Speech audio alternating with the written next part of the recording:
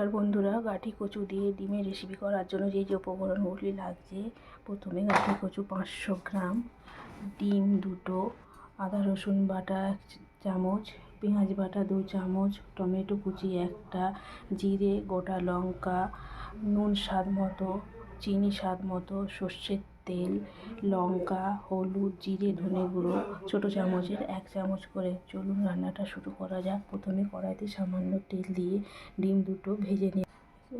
ডিম দুটো ভেজে নেব।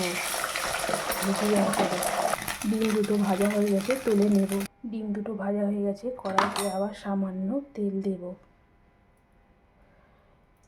তেলটা গরম হয়ে গেলে গাঁঠি কচুগুলো দিয়ে হালকা করে ভেজে নেব। গাঁঠি কচুগুলো সামান্য হলুদ দেব, সামান্য লবণ দেব। কচুগুলো ভেজে তুলে নিয়েছি। কড়াইতে আবার একটু তেল দেব।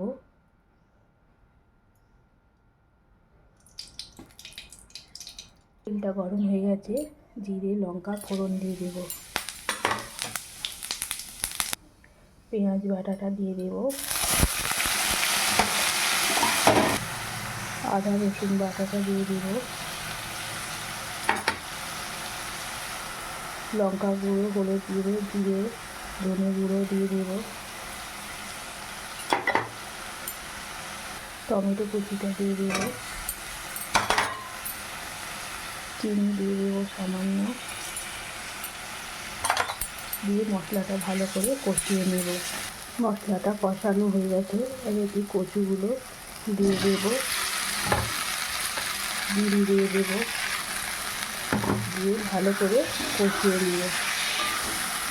কষানো হয়ে গেছে, এবার জল দিয়ে সেদ্ধ করে নেব।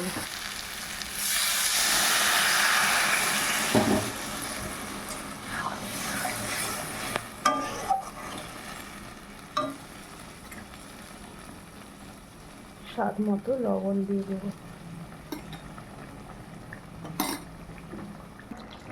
রান্নাটা হয়ে গেছে, দেখুন কচুগুলো সিদ্ধ হয়ে গেছে। এখন নামিয়ে নেব। দেখুন হয়ে গেছে। এবারটি গরম গরম ভাতের সাথে পরিবেশন করুন, খুব সুন্দর লাগবে। ভাতের সাথে খাবেন, খুব ভালো লাগবে। নমস্কার, ভালো লাগলে একটা লাইক শেয়ার করে দেবেন।